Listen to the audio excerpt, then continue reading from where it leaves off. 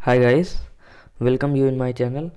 आज मैं आप सभी लोगों के लिए major plateaus of the world की क्लास लेकर आया हूँ, जिसमें कि हम लोग वर्ल्ड के जितने भी प्रमुख पठारी क्षेत्र हैं उनके बारे में आज हम लोग जानेंगे, जो कि सभी वनडे एग्ज़ाम्स के लिए बहुत ही इम्पॉर्टेंट हैं। तो चलिए शुरू करते हैं। हम अपनी शुरुआत नॉर्थ अमेरिकन कॉन्टिनेंट से करते हैं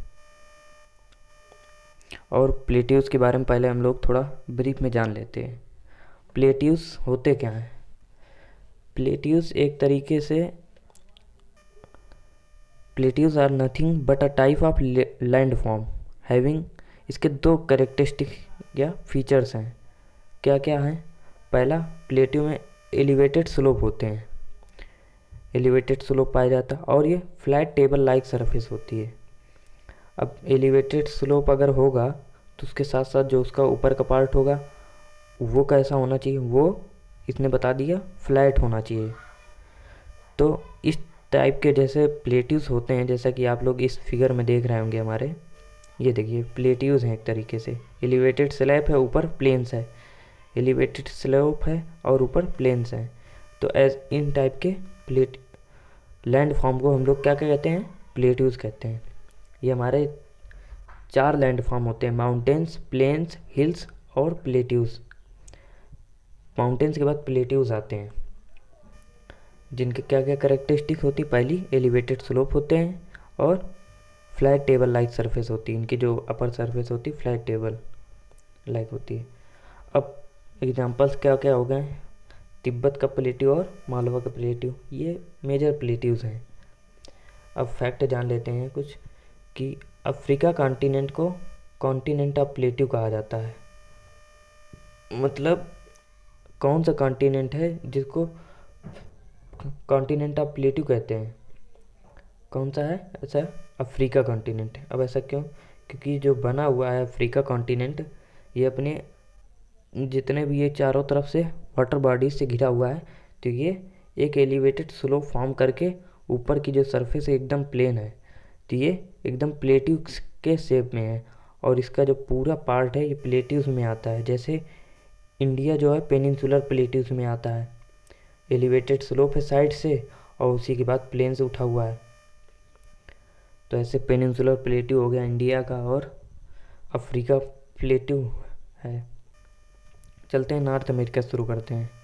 जैसा कि हम लोग देख रहे हैं नॉर्थ अमेरिका, ये आपका नॉर्थ अमेरिका का मैप। तो नॉर्थ अमेरिका मैंने बताया था 4 पार्ट में डिवाइड करते हैं, 4 मेजर कंट्रीज़ में। पहली हो जाती है ऊपर अलास्का, कनाडा, यूएसए और फिर लास्ट में मेक्सिको। तो जैसा हम देख रहे हैं अलास्का में पाया जाता है यूकान का प्लेट्यू।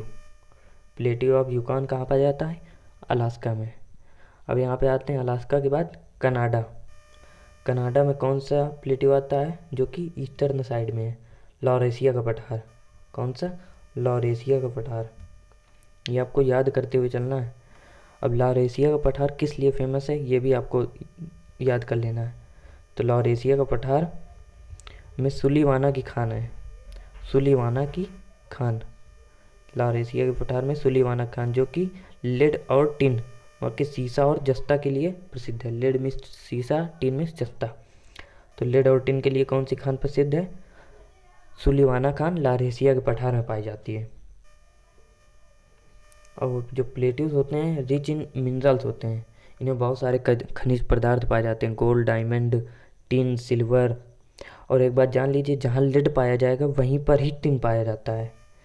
ये एक मिनरल्स की ऑकरेंस है कि जहाँ पे लेड होगा वहीं पर टिन होगा।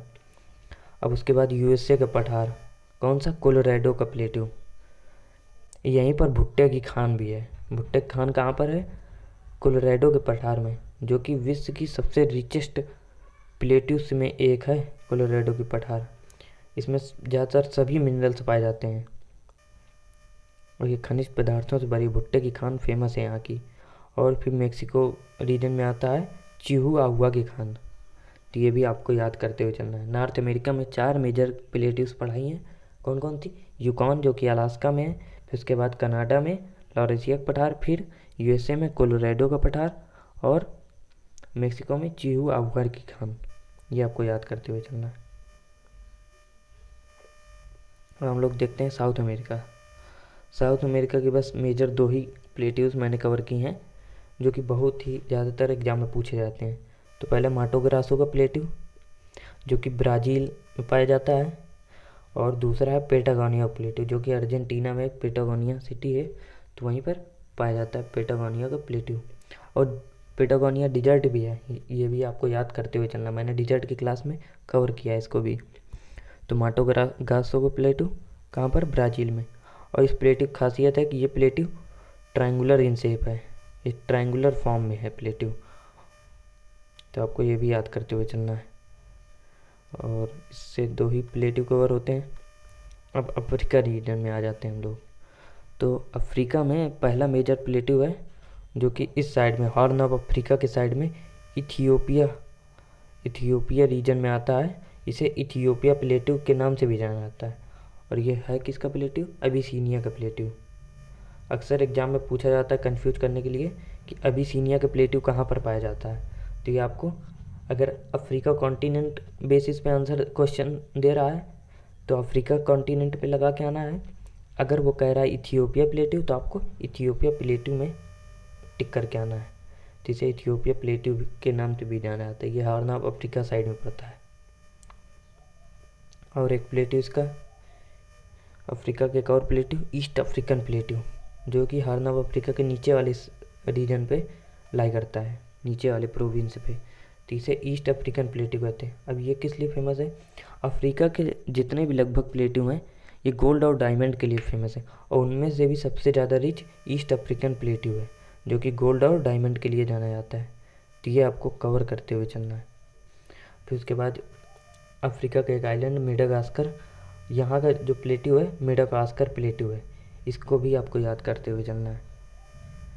तो आपका नॉर्थ अमेरिका, साउथ अमेरिका और अफ्रीका कॉन्टिनेंट यहाँ पर ख़त्म होता है। नेक्स्ट चलते हैं हम लोग यूरोप। यूरोप में देखते हैं, यूरोप में आता है एंटोलिया का प्लेट्यू। अब ये मैंने वर्ल्ड मैप की क्लास में यूरोप में कवर किया है कि टर्की की कैपिटल एंटोनिया है, और ये एशिया माइनर टर्की है। तो ये यूरोप में कौन सा प्लेट्यू ला करता है, ये एंटोलिया का प्लेट्यू। अब देखते हैं आगे की ओर मेसिटा का प्लेट्यू। अब मेसिटा का प्लेट्यू ये कहाँ पर है, ये स्पेन और पुर्तगाल के बीच में है, ये बॉर्डर भी बनाता है। तो ये मेसिटा का प्लेट्यू स्पेन है, और इसी से सटा हुआ पुर्तगाल है। ये कौन से आइलैंड में आता है, मैंने आपको यूरोप की क्लास में पढ़ाया भी है। ये कौन सा आइलैंड है स्पेन और पुर्तगाल वाला, आइबेरियन आइलैंड। ये भी आपको याद करते हुए चलना है, मैं आपको रिवाइज़ करवा दे रहा हूँ। आइबेरियन आइलैंड में आते हैं 2 कंट्रीज़, स्पेन और पुर्तगाल। तो स्पेन और पुर्तगाल के बीच में बॉर्डर कौन सा प्लेट्यू बनाता है, मेसिटा का प्लेट्यू। ये आपको कवर करते हुए चलना है। अब आते हैं यूरोप के बाद अपने एशिया में। तो एशिया में भी बहुत सारे प्लेट्यू हैं, बहुत सारे मेजर प्लेट्यू हैं। तो जो मैंने सेंट्रल एशिया या particular region wise, province wise लेकर मैं आपको पढ़ाता हूँ। जैसे सेंट्रल एशिया में, अब सेंट्रल एशिया में कितने कंट्रीज़ आते हैं मैंने आपको बताया भी है, 5 countries, Kazakhstan, Kyrgyzstan, Tajikistan, Turkmenistan और उज़्बेकिस्तान। और उनमें से सेंट्रल एशिया के तजाकिस्तान में, जिसकी कैपिटल दुशांबे है, यहाँ का पामीर का पठार, जिसको दुनिया की छत कहा जाता है, ये रूफ ऑफ द वर्ल्ड किस प्लेट्यू को कहा जाता है, पामीर के पठार को। इसे पामीर नाट भी कहते हैं, पामीर नाट, जहाँ पर मिलते हैं सभी प्लेट्यूज और माउंटेन्स, और ये पामीर का पठार कहलाता है दुनिया की छत। ये किस कंट्री में आता है, तजाकिस्तान में, सेंट्रल एशिया में, जो कि लाई करता है। अब ईस्ट एशिया का देखते हैं। अब ईस्ट एशिया में तिब्बत का पठार, जो दुनिया का सबसे ऊंचा पठारी क्षेत्र है। तिब्बत का पठार दुनिया का सबसे ऊंचा पठारी क्षेत्र है, highest plateau of the world, जो कि चाइना से ही, नेबरिंग कंट्रीज नेपाल से ही सटकर तिब्बत रीजन है, जो कि इस समय चाइना टेरिटरी कवर किए हुए। साउथ एशिया में कौन कौन से आ जाते हैं, सभी देश आ जाते हैं, अपना इंडिया भी आ जाता है, मलेशिया, म्यांमार, ये सब आ जाते हैं। जो कि इन्हीं को लेकर संगठन भी बनाया गया साउथ एशिया को कवर करने के लिए। सार्क हो गया एक तरफ, आसियान हो गया। सार्क में 8 देश, आसियान में 10 देश।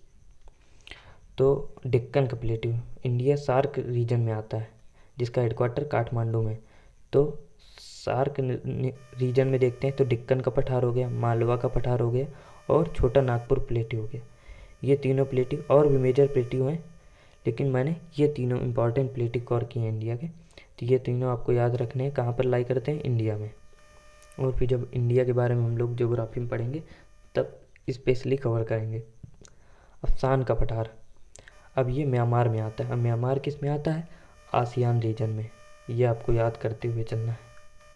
आसियान में 10 कंट्री, इसका हेडक्वार्टर जकार्ता में। जकार्ता कौन से आइलैंड में है? जावा पे। ये भी आपको याद करना। सान का पठार जो कि फेमस किस लिए? धान की खेती के लिए। यहाँ पे सबसे ज़्यादा धान उगाया जाता है। धान की स्पेशल वैरायटी है यहाँ पर। अब ये अक्सर एग्जाम में पूछा जाता है घुमा के कि म्यांमार में 2 नदियों के बीच में जो क्षेत्र बनता है उसको कौन सा रीजन कहते हैं, या कौन सा प्लेटिव फॉर्म करता है वो 2 नदियों के बीच में? तो सान का प्लेटिव फॉर्म करता है। और वो कौन सी नदियाँ हैं? तो नॉर्दर्न साइड में इरावदी नदी है, इरावदी रिवर, और सदर्न साइड में साल्वीन नदी है। तो ये आपको याद करते हुए चलना है। इन 2 नदियों के बीच का जो क्षेत्र है वहीं पर सान का पठार पाया जाता है, जो कि धान की खेती के लिए बहुत ही उपजाऊ है। अब चलते हैं ऑस्ट्रेलिया, हम लोग कवर करते हैं। ऑस्ट्रेलिया में एक ही मेजर प्लेट्यूज है जो कि किम्बरले का प्लेट्यू। और ऑस्ट्रेलिया के प्लेट्यू फेमस किस लिए हैं? डायमंड डिपॉजिट्स के लिए। किम्बरले का प्लेट्यू किस लिए फेमस है? अपने डायमंड डिपॉजिट्स के लिए। तो आज मैंने लगभग पूरे अपने कॉन्टिनेंट अंटार्कटिका, जो कि वाइट डिजर्ट या यूं कहें कोल्ड डिजर्ट के नाम से जाना जाता है, वहाँ पे प्लेट्यूस पाने का कोई वही नहीं है। तो इसीलिए हम लोग ये अच्छा है अपने north America, south America, Africa, और उसके बाद यूरोप हो गया, उसके बाद एशिया हो गया, और ऑस्ट्रेलिया। ये 6 कॉन्टिनेंट हमने कवर कर लिए हैं। इसी में आपको सब प्लेट्यूस मैंने बता दिए हैं, तो आपको रिवाइज करते हुए चलना है। आज के लिए बस इतना ही। फिर मिलते हैं नेक्स्ट क्लास में। Thank you. Have a nice.